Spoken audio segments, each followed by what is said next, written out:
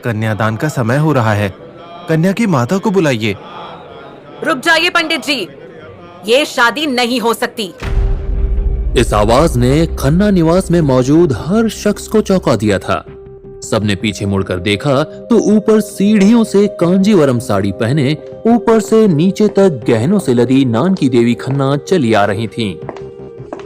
आपने सुना नहीं मैंने क्या कहा?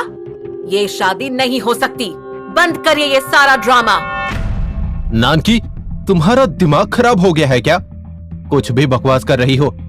चुपचाप आओ और अपनी बेटी का कन्यादान करो।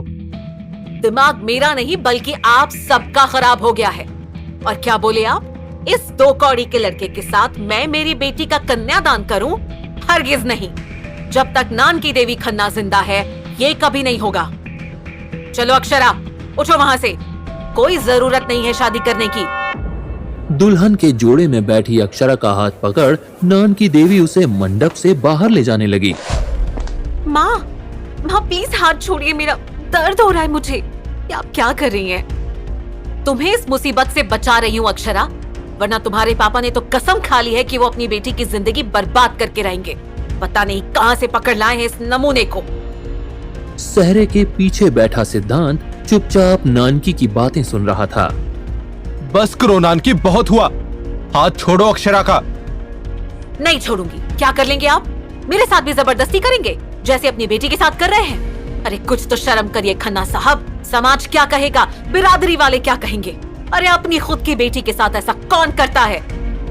क्या किया है ऐसा मैंने? बोलो। इतना अच्छा रिश्ता हुआ है हमारी अक्षरा का। अरे पूरे आगरा में ऐसा लड़का नहीं मिलेगा। हाँ सही कह रहे हैं आप। आगरा क्या, पूरे देश में ऐसा लड़का नहीं मिलेगा, क्योंकि किसी को चाहिए ही नहीं इसके जैसा 2 कौड़ी का सड़क छाप दामाद। अरे इसकी तो हैसियत भी हम जितनी नहीं है। बस करो नानकी, बहुत कह लिया तुमने और बहुत सुन लिया मैंने। सिद्धांत मेरी अक्षरा को हमेशा खुश रखेगा। अरे 2-4 पैसे कम भी कमाए तो क्या बड़ी बात है। कम से कम किसी को तो अच्छी बीवी मिलेगी।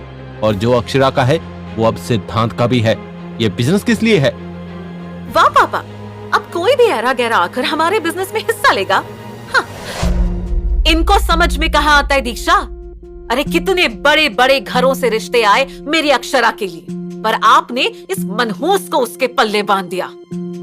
इतना सब सुनकर अब सिद्धांत को ऐसा लग रहा था मानो कोई इसके दिल पर छुरियां चला रहा है, पर न जाने क्यों वो चुप बैठा था।